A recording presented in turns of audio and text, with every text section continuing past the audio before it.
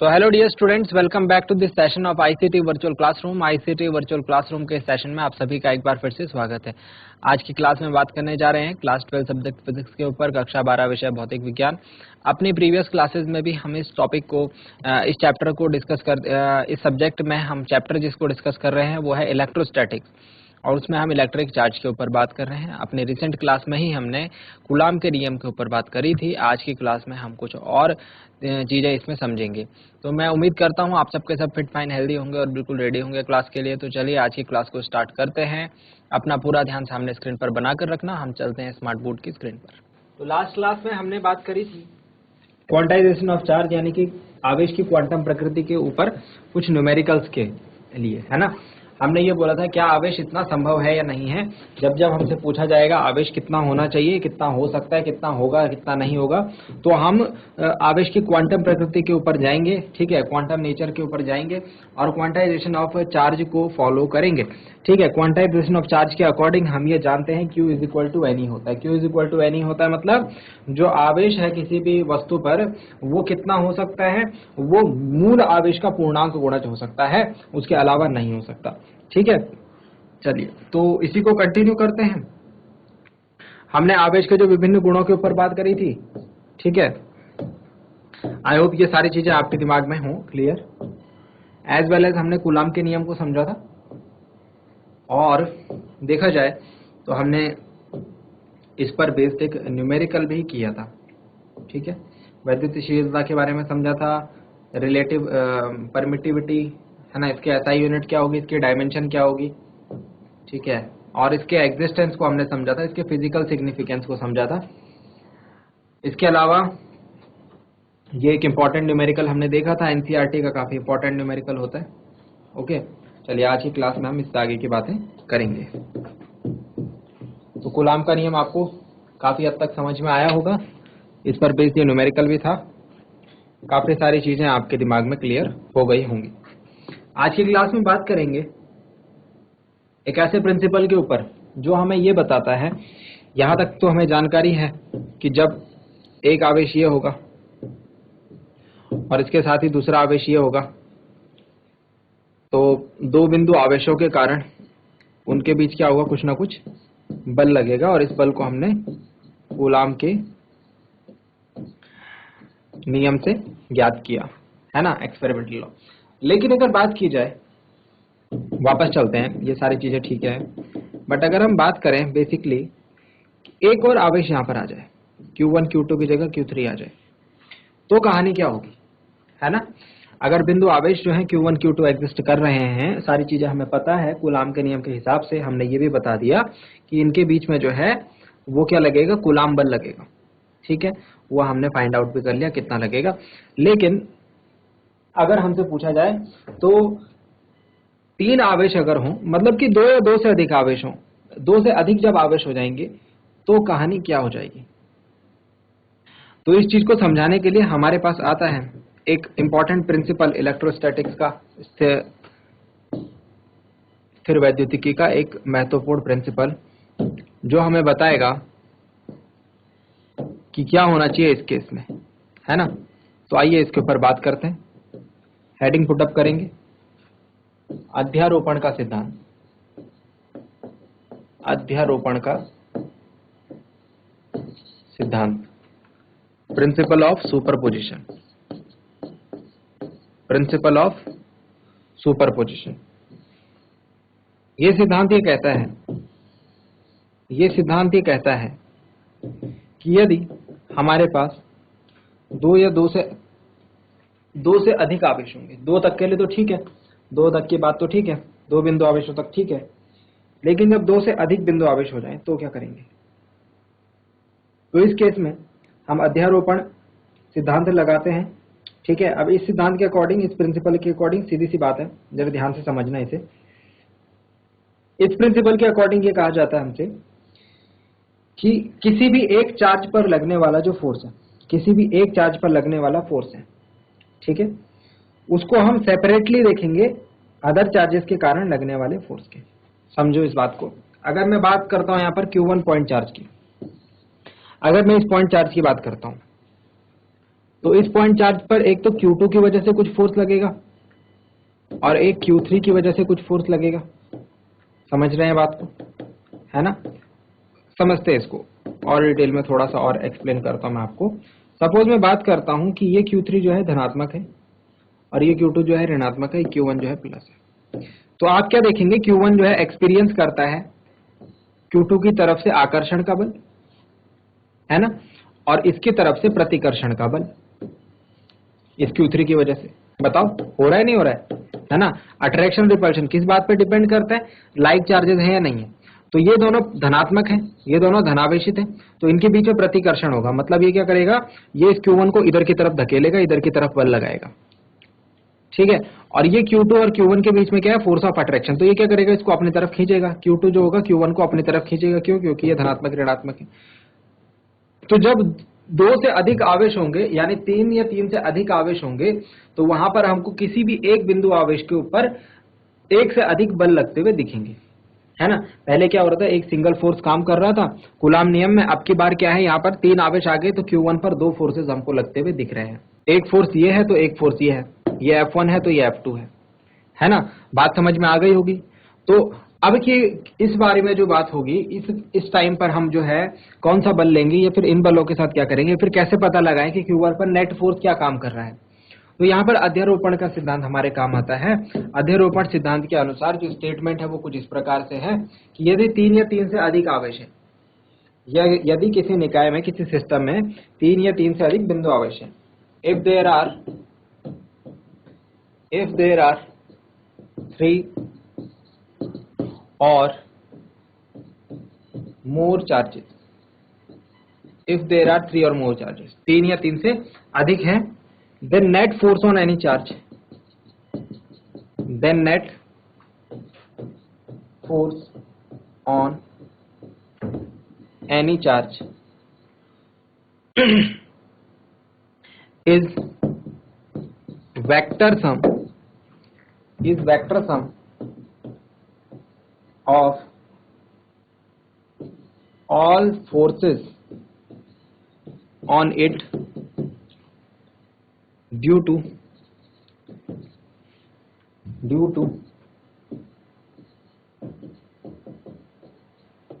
remaining charges।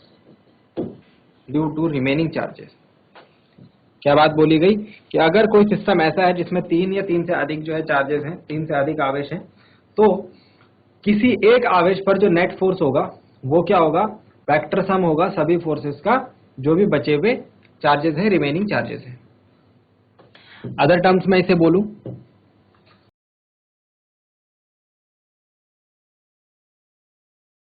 तीन या तीन से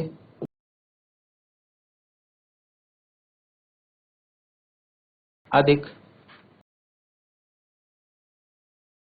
बिंदु आवेशों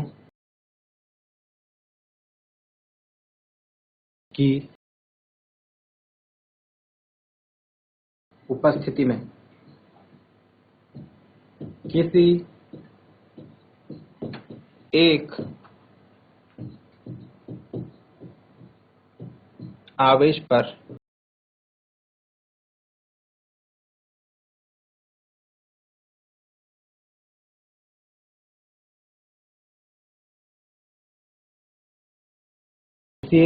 पर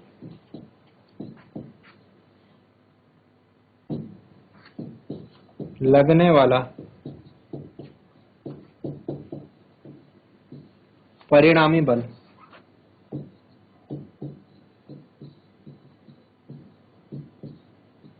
अन्य आवेशों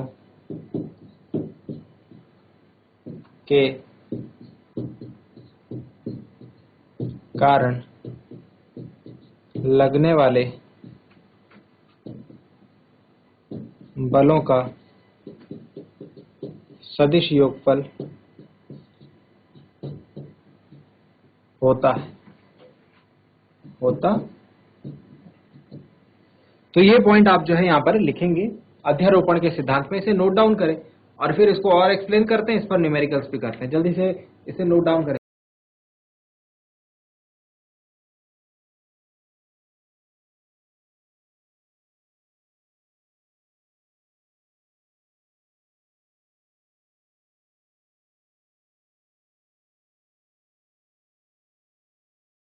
चलिए जल्दी से नोट डाउन करेंगे।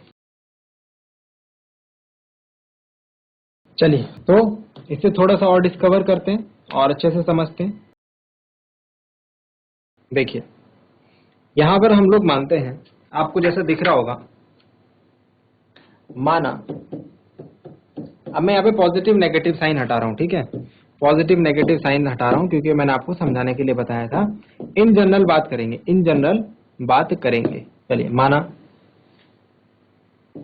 Q1 Q2 व Q3 तीन बिंदु आवेश है, ठीक है, 3 पॉइंट चार्ज है।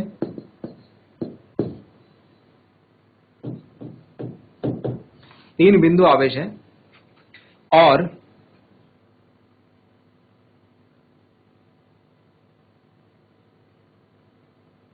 तीनों बिंदु आवेश के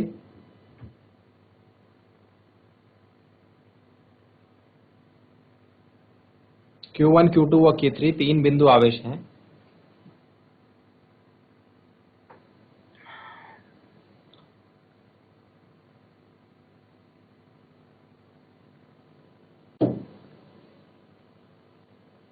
जो कि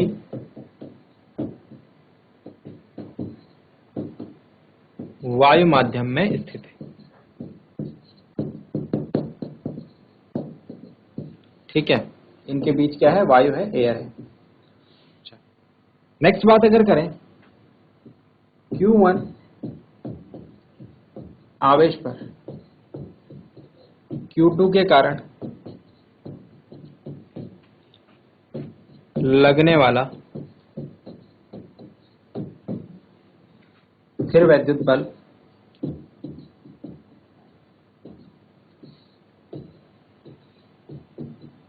माना F1 है, क्योंकि ये सदिश होता है इसलिए वेक्टर लगा देंगे। और Q1 आवेश पर ही Q3 के कारण भी कुछ बल लगेगा,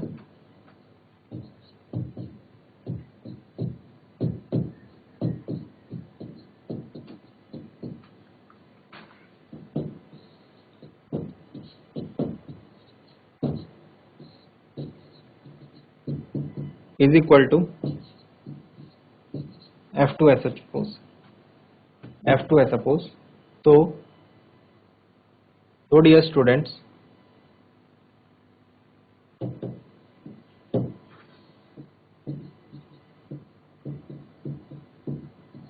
अध्यारोपण के सिद्धांत से नोट डाउन करेंगे, इसमें थोड़ा सा और स्पेस चाहिए होगा। Q1 पर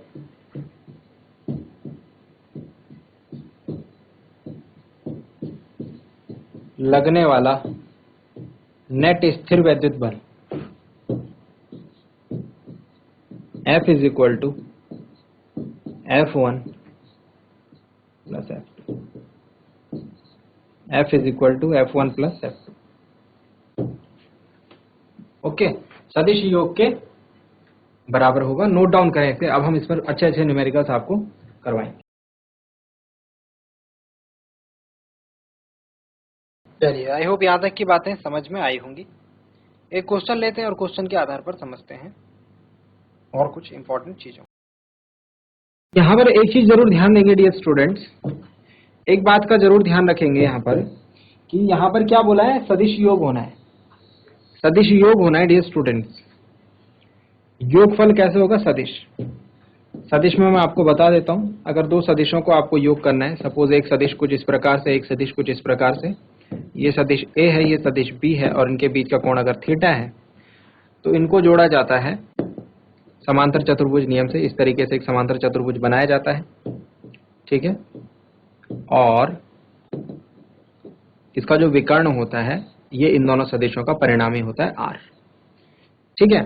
तो R इज इक्वल टू क्या होता है, A प्लस बी। तो A प्लस बी को कैसे जोड़ा गया है, यहाँ पर सीधे सीधे नहीं जोड़ा गया, सदिश योगफल हुआ है, इसे कहते हैं सदिश योगफल। इसे क्या कहते हैं, सदिश योगफल। किस किस का, A और B का। तो सदिश योगफल में क्या करेंगे हम, सदिश योगफल का डायरेक्ट फॉर्मूला जो है वो ये कहता है कि ये किसके बराबर होगा, ये होगा अंडर रूट इन दोनों का परिणामी जो होगा, A के परिमाण का स्क्वायर, B के परिमाण का स्क्वायर, 2AB कॉस थीटा के बराबर होगा। जल्दी से नोट डाउन करें, इसे हम यूज करेंगे। जल्दी से नोट डाउन करें, इसे हम यूज करेंगे अपने क्वेश्चन में। एक क्वेश्चन यहां पर रखता हूं आप सबके सामने, क्वेश्चन रख रहा हूं मैं आप सबके सामने और इसे समझने की कोशिश करेंगे। माना कि एक 3 जो बिंदु आवेश हैं वो इस तरीके से एक इक्विलेटरल ट्रायंगल यानी कि एक समबाहु त्रिभुज के ऐसे शीर्ष पर रखे हैं। तीनों जो आवेश हैं ये प्लस क्यू परिमाण के हैं, ठीक है, और इनके बीच की जो दूरी है डियर स्टूडेंट्स वो है सपोज ए। तो यहां से यहां तक भी ए होगा, यहां से यहां तक भी ए होगा और यहां से यहां तक भी जो होगा ए होगा, ठीक है।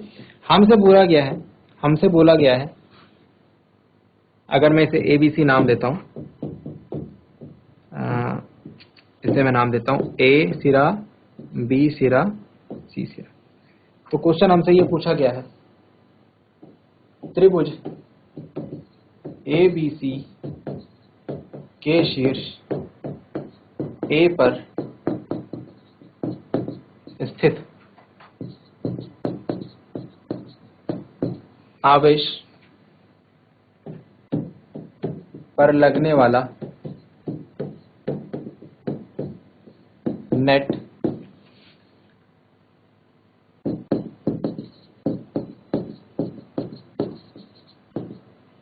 स्थिर वैद्युत बल ज्ञात करें।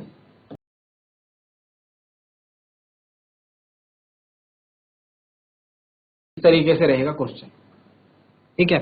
सॉल्यूशन की अगर बात करें तो आप लिखेंगे ए शीर्ष पर स्थित बिंदु आवेश प्लस क्यू पर नंबर 1,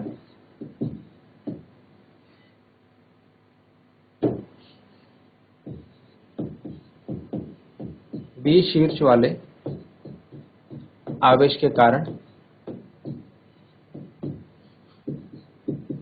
लगने वाला बल।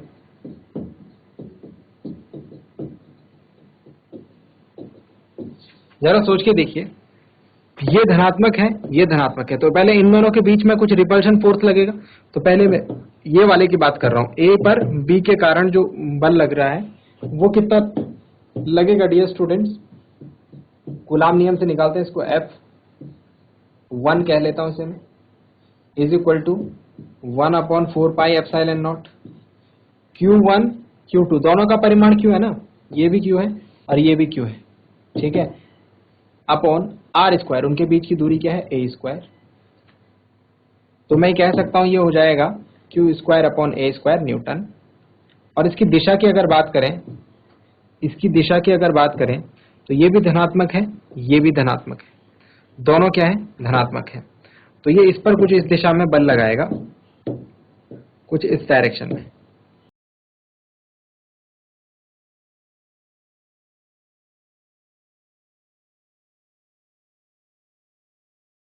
ये हो गया भाई F1 की डायरेक्शन।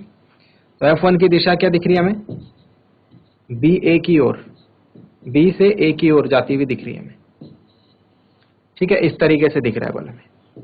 समझ रहे हैं आप बात को। तो ये हो गया हमारा इक्वेशन नंबर 1, नोट डाउन करेंगे। इसी तरीके से हम इक्वेशन नंबर 2 बनाएंगे और उसमें सिर्फ क्या लिख देंगे, उसमें सिर्फ लिख देंगे अभी फिर से A इस पर जो बल लगेगा वो इसके कारण भी तो लगेगा, है ना। तो C शीर्ष वाले आवेश के कारण लगने वाला बल F2 हो जाएगा, इसे हम F2 बोल लेते हैं, इसे हम क्या बोल लेते हैं F2 बोल लेते हैं। और ये भी सेम रहेगा क्योंकि यहाँ भी Q है, यहाँ भी Q है ना, और दोनों के बीच की दूरी A है, मतलब इसमें भी इतना ही आना है, बस इसकी दिशा जो होगी वो चेंज हो जाएगी। तो देखो ये पॉजिटिव, तो ये क्या करेगा, इसको इस दिशा में धकेलेगा, यानी F2 की दिशा जो हो गई वो ये हो गई ना, F2 की डायरेक्शन क्या हो गई, ये हो गई। तो ये हो जाएगी CA की ओर, CA की ओर। अब जरा ध्यान से देखेंगे तो ये कोण 60 डिग्री है, तो C और A ये वाले F1 और F2 के बीच का एंगल भी कितना आ जाएगा 60 डिग्री। बस हमारा काम हो गया। हमको क्या करना है, अध्यारोपण के सिद्धांत से जो नेट बल हमको निकालना है वो क्या हो जाएगा, F1 और F2 का सदिश योग हो जाएगा। देखिए इसके बाद लिखेंगे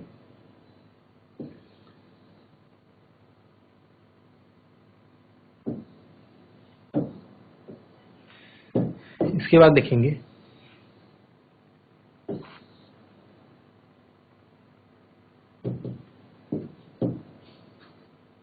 अतः ए बिंदु पर उपस्थित आवेश पर लगने वाला नेट बल F जो होगा वो क्या होगा, F1 प्लस F2 होगा, है ना। और मैंने आपको बताया था कैसे जोड़ते हैं इनको, कैसे जोड़ते हैं, सदिश योग कैसे करते हैं, अंडर रूट F1 का स्क्वायर प्लस F2 का square plus 2F1 F2 cos theta. अब दोनों के बीच का एंगल बता दीजिए। दोनों के बीच का एंगल जो है वो है 60, क्योंकि F1 और F2 की वैल्यू क्या है, इक्वल आई है। F1 और F2 की वैल्यू क्या है, इक्वल आई है। इसको मैं x ले रहा हूँ, ठीक है। और x का मान क्या है, x का मान ये है जो दोनों की वैल्यू आई है, ठीक है। तो लास्ट में हम x की वैल्यू रख देंगे। अभी फिलहाल सॉल्व करने के लिए हम क्या करते हैं, इनको x ले लेते हैं। देखो किस तरीके से करेंगे सॉल्व। ये हो जाएगा x स्क्वायर, ये हो जाएगा x स्क्वायर, ये हो जाएगा 2x स्क्वायर और cos 60 हो जाएगा। cos 60 की वैल्यू कितनी होती है, जितनी sin 30 की होती है। sin 30 की 1/2 होती है, तो 1/2 यहाँ पर पुट कर दीजिए cos 60 की जगह पर। ये 2 से ये 2 कट जाएगा और ये आ जाएगा अंडर रूट के अंदर 3x स्क्वायर। जिसे हम सॉल्व करेंगे तो इसे हम लिखेंगे अंडर रूट 3x। और अब x की वैल्यू लिख दीजिए। x की वैल्यू कितनी आ जाएगी भाई, x की वैल्यू आ जाएगी under root 3 upon 4 pi epsilon naught q square upon a square newton. ये जो होगा इनके बीच में नेट फोर्स काम करेगा। ये जो होगा इनके बीच में नेट फोर्स काम करेगा। और डायरेक्शन की बात करें, डायरेक्शन की बात करें तो डायरेक्शन बड़ा ध्यान से समझना आप, क्योंकि दोनों F1 और F2 जो है दोनों बराबर हैं परिमाण में, इसीलिए जो इनका परिणामी होगा इनके ठीक बीचों बीच होकर जाएगा। तो आप लिखेंगे F1 व F2 के मध्य A से दूर, मतलब ऐसे, ठीक है। चलिए, तो इस तरीके से आपको जो है अध्यारोपण के सिद्धांत के न्यूमेरिकल सॉल्व करने हैं, ठीक है। बेसिक आपकी सिंपल जो कैलकुलेशन होगी वो लगेगी। साथ ही साथ आपको वेक्टर का थोड़ा जानकारी होनी चाहिए, सदिशों की जानकारी होनी चाहिए, तब जाकर के क्वेश्चन हो पाएंगे। जल्दी से नोट डाउन करेंगे इसे।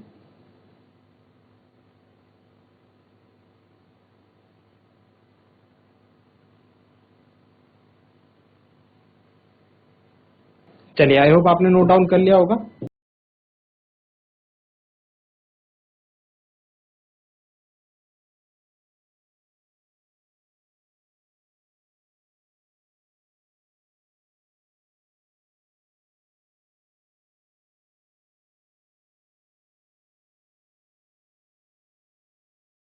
इसी तरीके का एक क्वेश्चन मैं आपको होमवर्क के लिए भी दे देता हूं। सपोज फिर से ये त्रिभुज है ना, और इसके शीर्ष A, B और C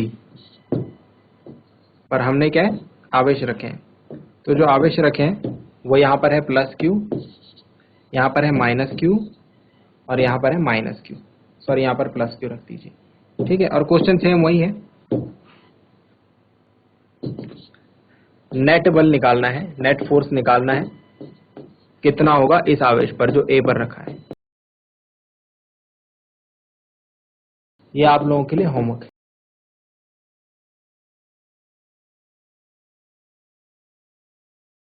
तो डियर स्टूडेंट्स, उम्मीद करते हैं आज की क्लास में आपको जो बातें बताई गई वो आपकी समझ में आई होंगी, इंटरेस्टिंग लगे होंगे और साथ ही साथ आपने उन्हें नोट डाउन भी किया होगा। ये भी उम्मीद करते हैं घर से आप इन चीज़ों को एक बार रिवाइज करके जरूर लाएंगे। मिलते हैं अगली क्लास में ऐसे ही किसी इंपॉर्टेंट और इंटरेस्टिंग टॉपिक के साथ। क्लास से जुड़ने के लिए आप सभी का बहुत बहुत धन्यवाद। Thank you very much and have a nice day.